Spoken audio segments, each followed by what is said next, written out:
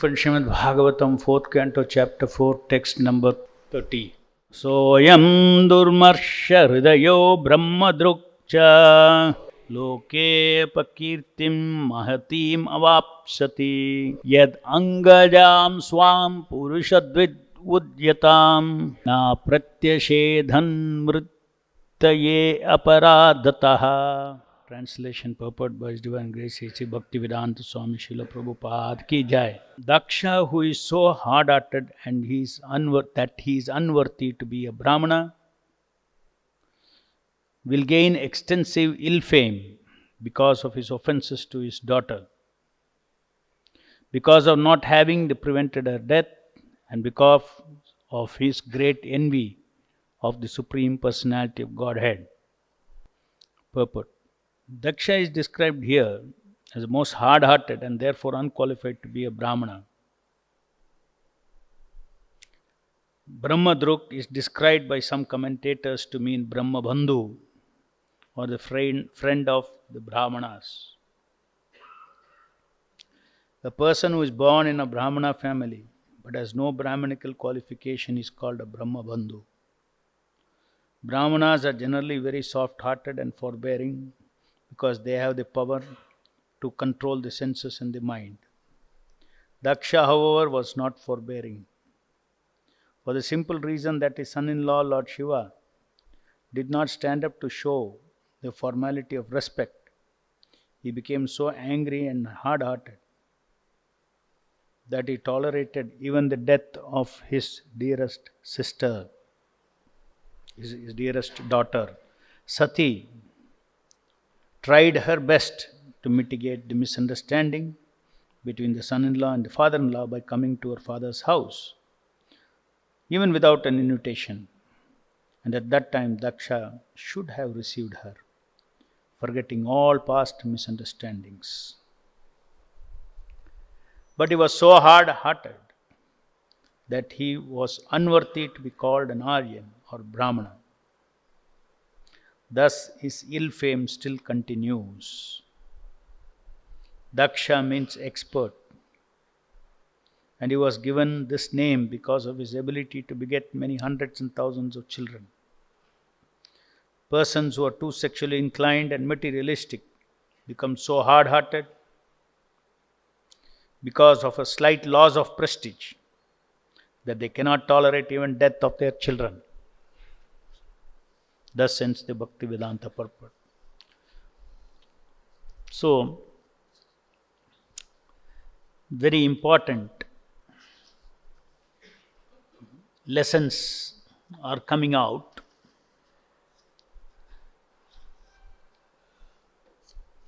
in this chapter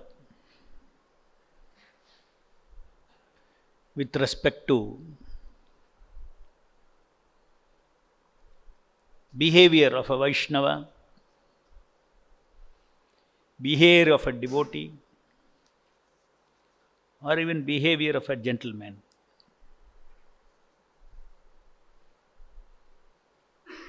Daksha is said to be hard-hearted here and is unworthy to be a Brahmana.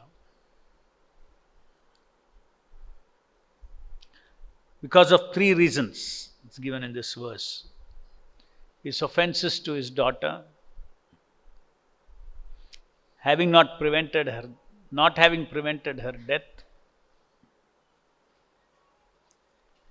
and because of his great envy of the Supreme Personality of Godhead.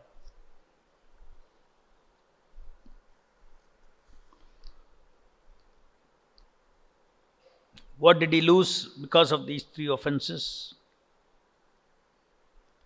He lost his fame, will gain extensive ill fame because of his offenses. So these kind of offenses have immediate effect on the devotee.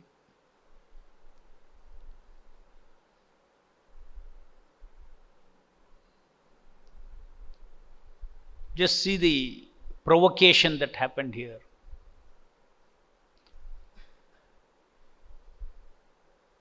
Daksha stuck to his point adamantly with no advisors,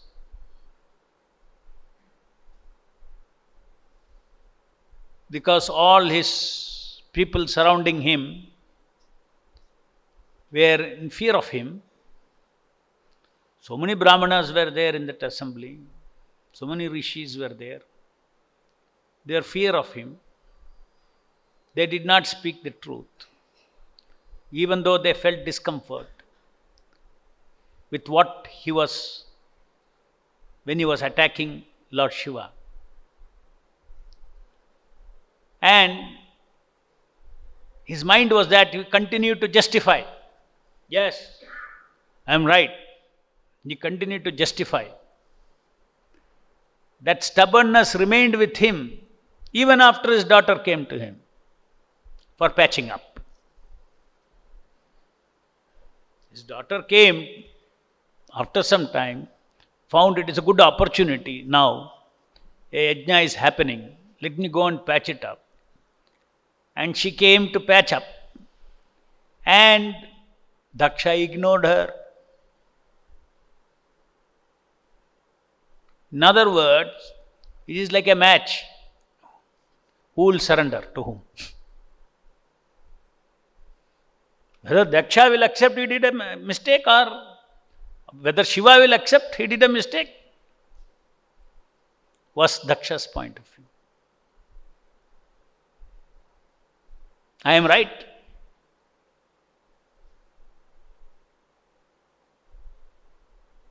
And one of the reasons he got into this illusion is definitely because he was surrounded by people who were not independent advisors. They were not independent advisors. They were not independent thinking.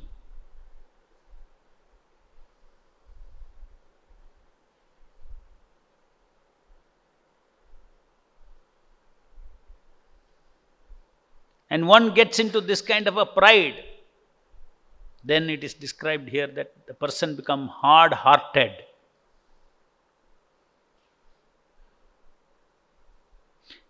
He was so hard-hearted that he is seeing his great daughter taking her life away.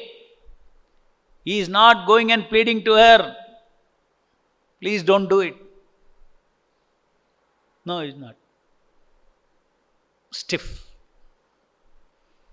Does not want to give up his ego, false ego.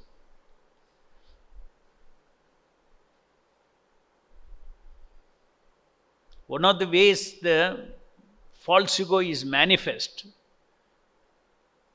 a particular type of false ego that manifests is, what I am saying is right, my analysis is right, my judgment is right of the situation. All others are wrong. One closes his mind to see different viewpoints. And the result of that, anybody who opposes that person's opinion, he will use all his powers to prove his point. He'll use all his powers to gain support. This is very common, which we see in this material world.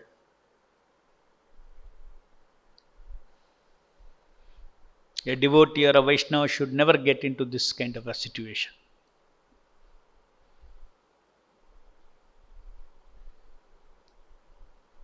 When the devotee gets into such a situation, the first symptom is he will not be able to sleep. He will not be able to sleep. He will not be able to take out the other person from his mind. He will go on thinking, how can he do this to me? How can he do this to me? He is wrong. He is wrong. I am right.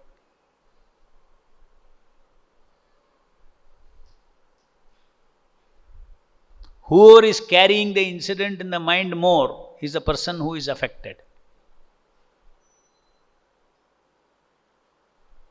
who is attached.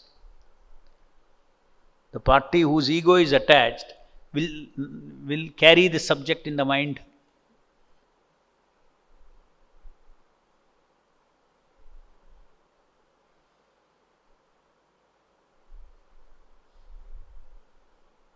I am always right, or I am right,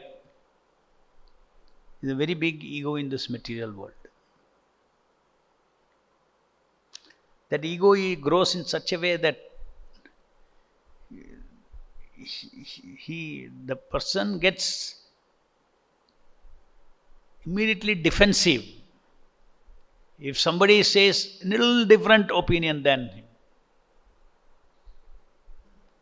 Obviously, this is due to this tamoguna. In the Bhagavad Gita, Krishna says, one who only sticks to one point is in tamoguna. It's a symptom of tamoguna. He will not see this way or that way. Like a horse. He will not see other point of view. The blinkers are on.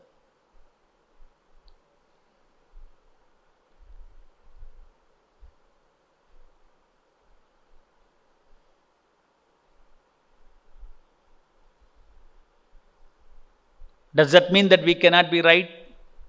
Does that mean that we cannot be confident about what we think is right? We can be confident, but not arrogant. Confidence is different, arrogance is different. If he's confident, then we will explain to anybody our reasons. Reasons will prevail. Intelligence will prevail. Not ego.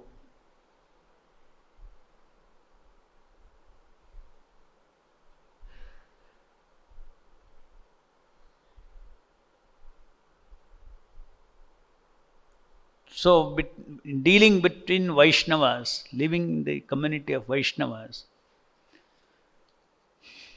this kind of situation identical to Daksha and Lord Shiva keep coming again and again in a small way.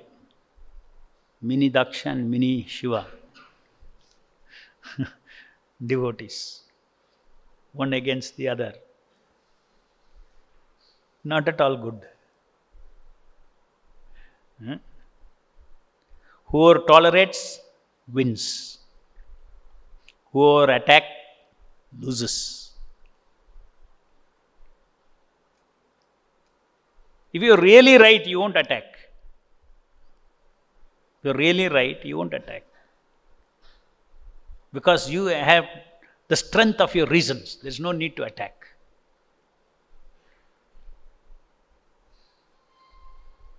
Anger comes when there is no intelligence. They say anger is a substitute to intelligence.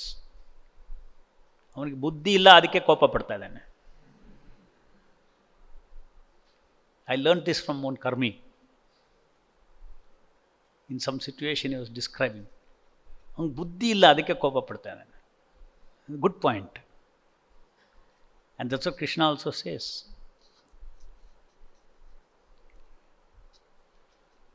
Krishna says when you become angry, you lose buddhi.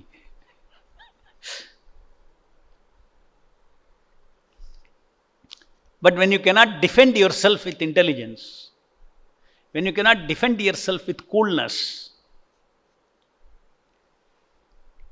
when you are insecure that the other person will win, and then you shout. You try to shout him down.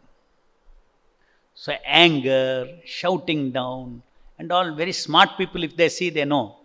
It's all insecurity of this person. Otherwise, one would coolly give arguments. Face the facts. These are the facts.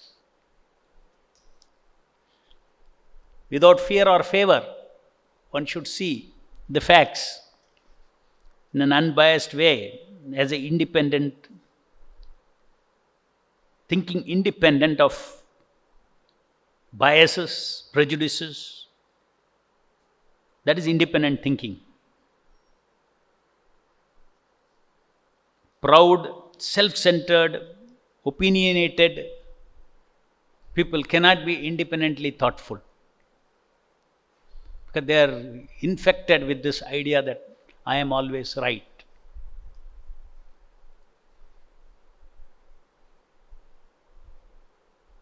And such people never apologize for any mistakes. They never say sorry to anybody. A Vaishnava is ready to say sorry to anybody at any stage, anywhere, at any point of time. If he sees he's done a mistake, immediately he'll say sorry. Immediately he'll feel bad. Mistakes happen. Everybody does mistakes.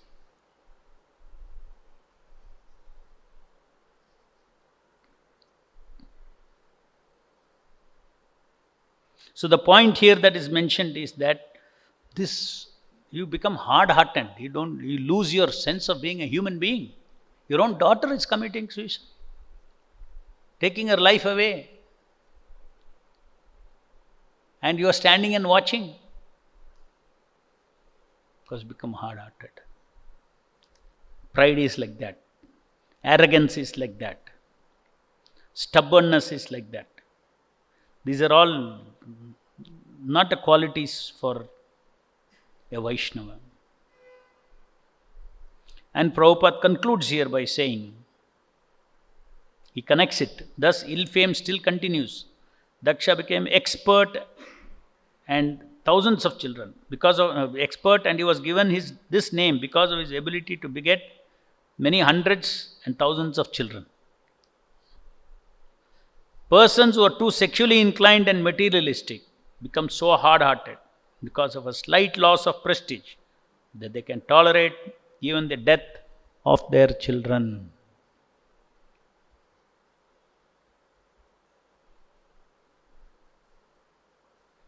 So materialistic ultimately means person who is attached to sex life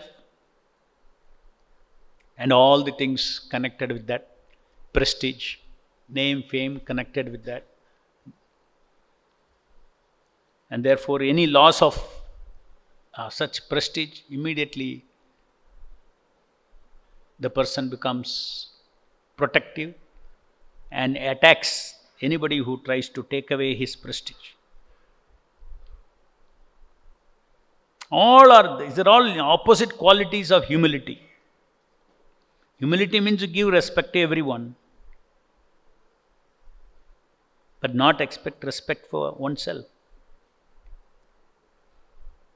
Here is the opposite. He wants everybody to respect him. He is expecting respect from everybody. But he does not want to give respect to his own daughter. Yesterday's verse we saw. His problem was he could not give respect to his own daughter. Even as a daughter, a due respect is expected from the father. Not only one way. Children should respect parents. Parents should also respect the children. The mode of respect, the expression of respect may be different, but respect is two-way. Respect is always given and not simply taken.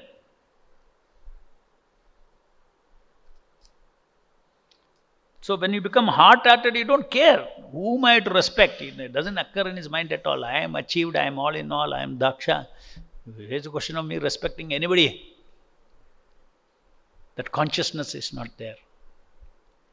Whereas Vaishnava consciousness or consciousness of humility is always seeking to give respect and not expecting respect. Expecting means where can I get, where can I get, where can I get, where can I get. Seeking to give respect means where can I give respect, where can I offer, where can I offer, where can I offer. What two different kinds of minds, two different kinds of consciousness of the living entity.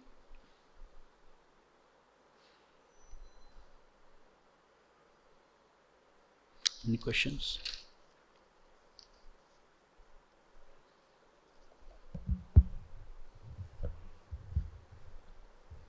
Hare Krishna Prabhu. There are two devotees, X and Y. So X is putting a valid argument. Huh?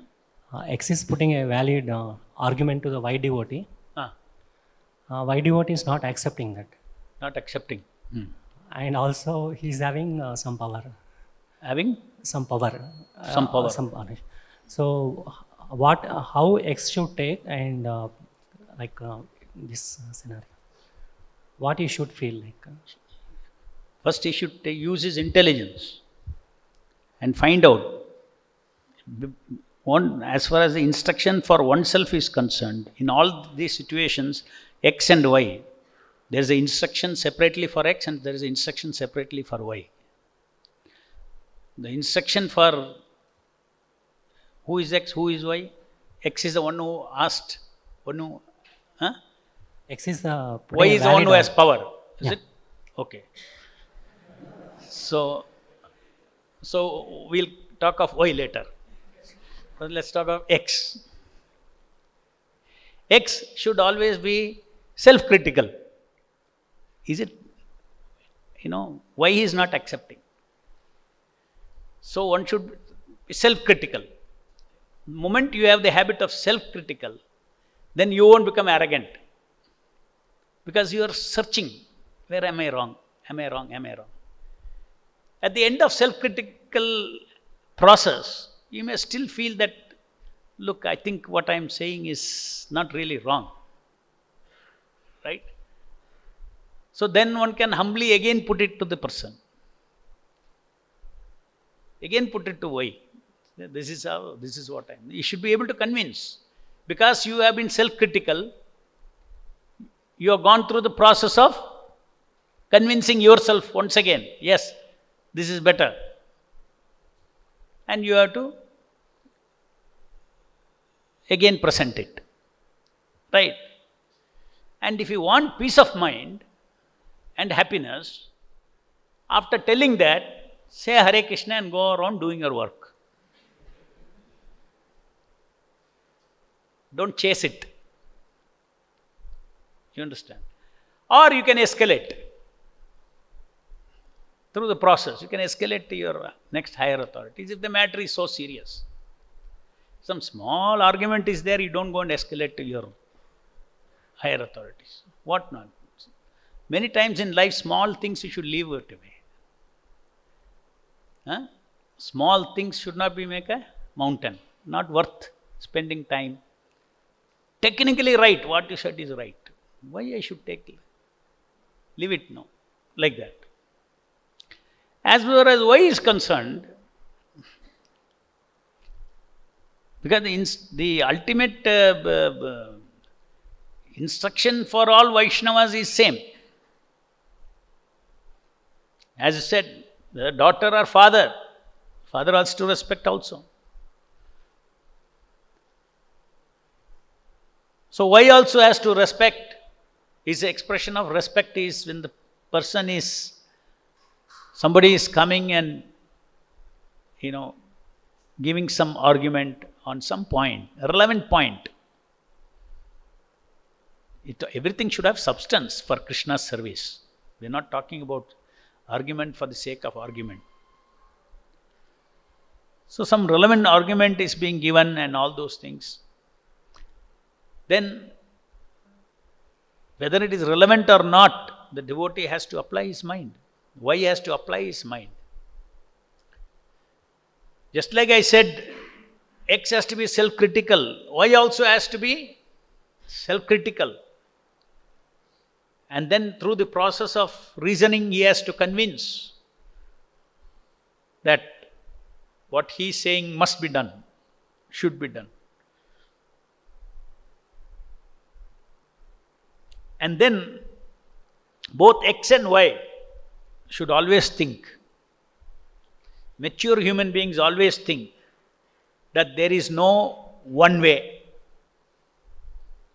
There are many ways of seeing things. Many different perspectives of seeing situations. One may think of a particular situation with some constraint. And you may think at it without that constraint. So there are different situations. Same situation is seen through different context from different persons. So mature person always knows that there can be different views. Very only because of our modern education we think that right and wrong. Either right or wrong. They don't know right in this context, maybe wrong in another context. All that different sets of rights, different sets of wrongs are there.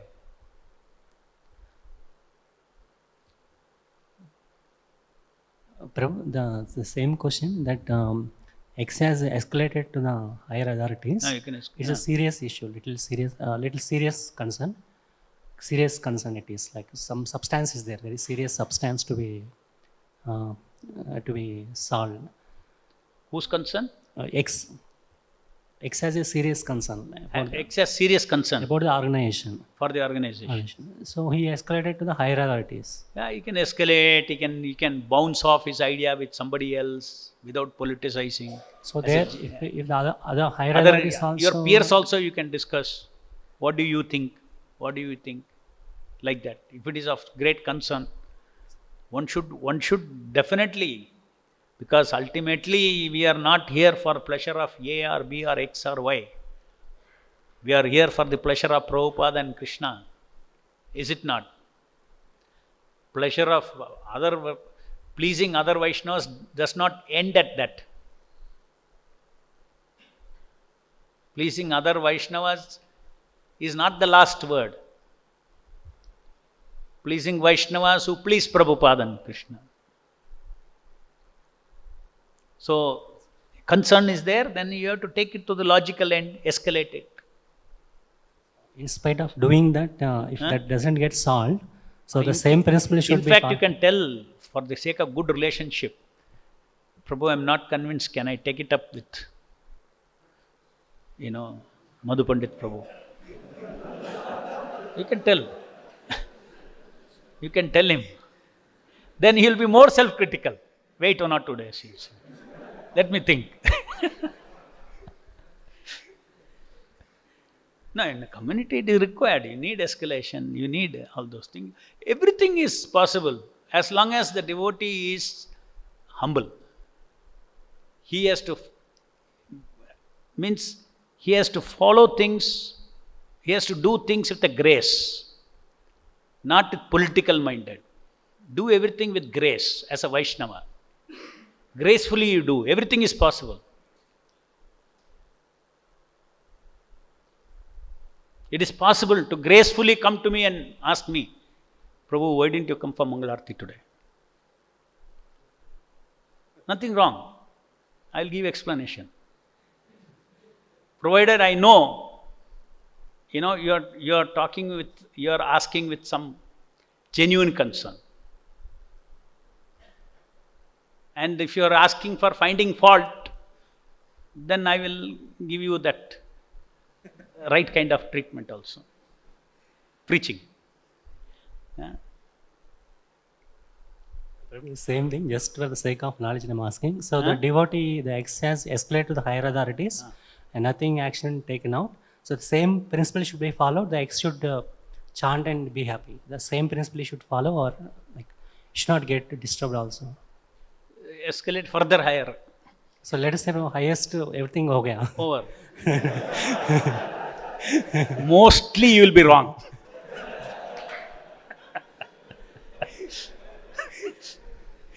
It is easy for one person to be wrong than for 2, 3, 4, 5 to be wrong. Common sense. I'm expecting that he should feel happy by chanting Hare Krishna. I mean, yes, he should convince himself, simply chanting and be quiet. Ex-devotee. Let us say he's escalating, he's not getting the, what is everything you cannot have, in life, it is called man proposes, God disposes. Should not be adamant. That becomes a controlling nature. Do your duty. Told here, do your duty. Be light-hearted. Hare Krishna. After you telling if it is in interest of Prabhupada and Krishna, if they don't do it, they will get karma for it. They'll get karma for it. Nobody is free. Everybody is responsible for their actions. And everybody is responsible for their inactions. People think that responsibility is only, or reaction comes only if you act. But if you neglect your duty, inaction is also bringing reaction. So not only one should be careful of not doing the wrong act, but also be careful of not being inaction, not falling into inaction. Some people, they're always afraid to take a decision, to do any act. कर देगा तो गलत होगा, मेरा blame आएगा, मैं चुप बैठेगा, कुछ भी नहीं करेगा. I will not do anything. If I do, blame will come on me. So that is called inaction. If you are obligated to do it. So each of us are responsible for action and inaction. So if the authorities, if after bringing up all these things, some issue, and if the issue is not, then they will get reaction. Prabhupada says, no, the purport. Yamaraj will question the GBC. You read that purport? This purport. Who has read? Yeah. Take out that quote. Anybody in there? The GBC is answerable to Yamaraj. Nobody is free. Only difference is, in GBC, more heads are involved in the subject than one head. That is the meaning of a body, governing body. It is not that governing body is equal to Prabhupada. Governing body means more chances of doing the right thing. More chances. But it's not that they cannot do mistakes. They can do mistakes. Then how can we trust? Then the question will be asked, do you do mistake? Yes. How can anybody trust you? Just because somebody does mistake, you have to use 10 people making discussing a subject. Probability of them bringing out a mature decision is chances are more than one individual person thinking. That is all the difference is. To build consensus among Vaishnavas, to discuss among Vaishnavas, exchange viewpoints, and come to some understanding. That is the idea of GBC. Got the point?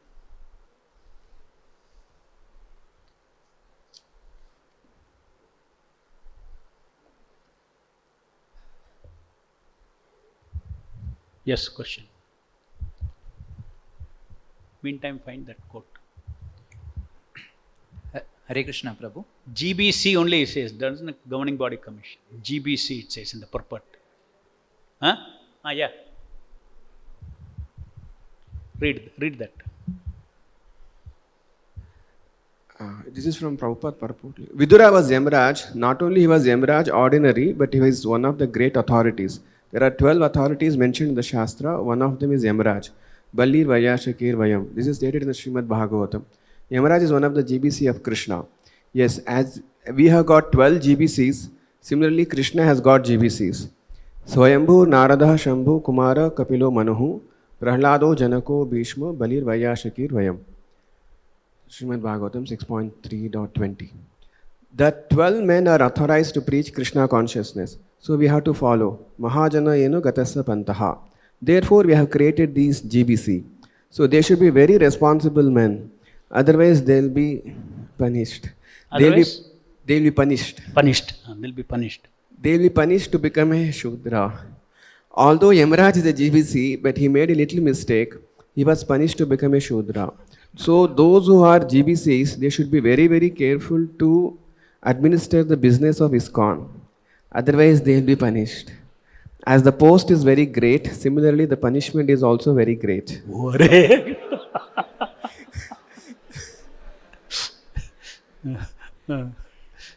That is the difficulty. You can see from this example, Vidura, he was immediately punished. Srila Prabhupada ki, Grandharaj Bhagavatam ki.